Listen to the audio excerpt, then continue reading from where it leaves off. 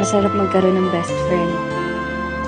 May taong poprotekta sa'yo, may taong magpapasaya sa'yo, pero handa mo bang itaya ang pagkakaibigan para sa hinahangad mong pagmamahalan?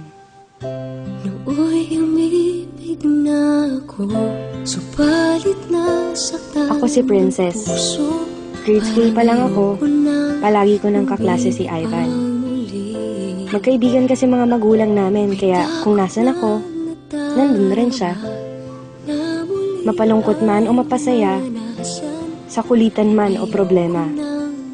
Yan si Ivan, ang taong lagi kong kakampi sa buhay. Ngunit nang ikaw ay makilala,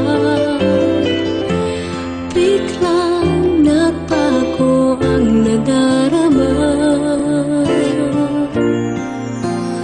Para sa'yo, ako'y ibig pang muli. Dahil sa'yo, ako'y ibig ng muli. Ang aking puso'y pag-ingatan mo. Dahil sa ito'y muling magmamahal sa'yo, para lang sa'yo. Isang araw,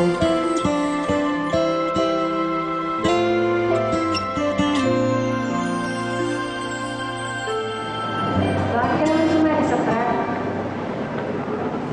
Wala lang, gusto ko lang. Gusto mo lang?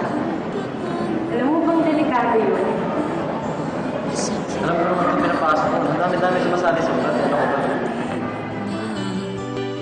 Ang tulad mo Natapos ang araw na yun, iba, at sa'yo lamang nakita ang tunay na pag-ibig laging hinahanap. Buti na lang ika'y nakilala. Binago mo ang nadarama. di na siya nagpaparamdam. Di na siya nagte-text. Di ko na rin siya nakikita sa school.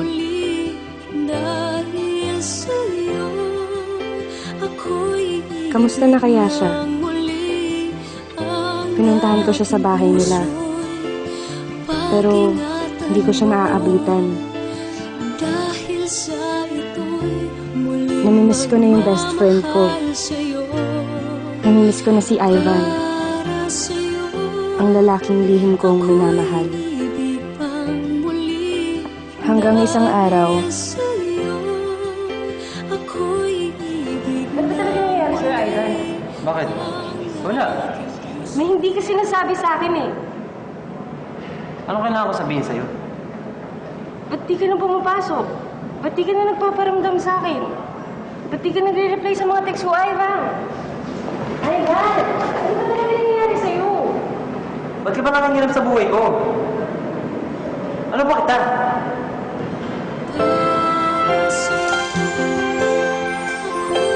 natahimik ako sa sinabi niya. Ano ba niya ako? Isa lang akong hamak na best friend. Hanggang doon na lang yun. Umalis siya at di na nagpakita.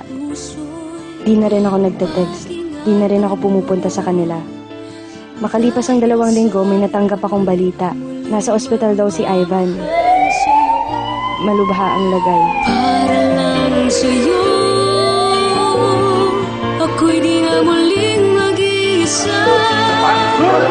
Ikaw na nga ang hinihintay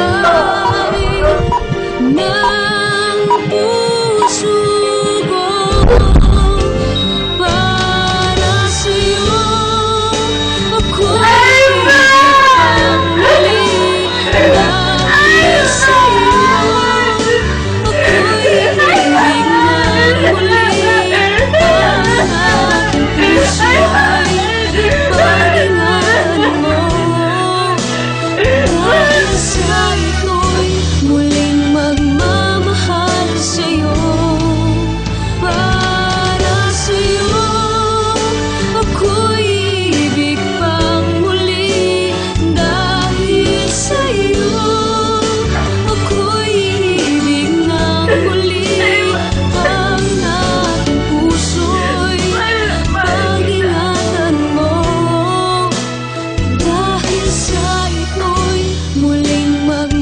sa akin ang cellphone ni Ivan. Pare, huwag niyong papakilaban ng best friend ko. Ginawa ko naman ang sinabi niyo, di ba? Nalayan ko na siya. Basta huwag niyo lang gagalawin si Princess. Mahal na mahal ko yun.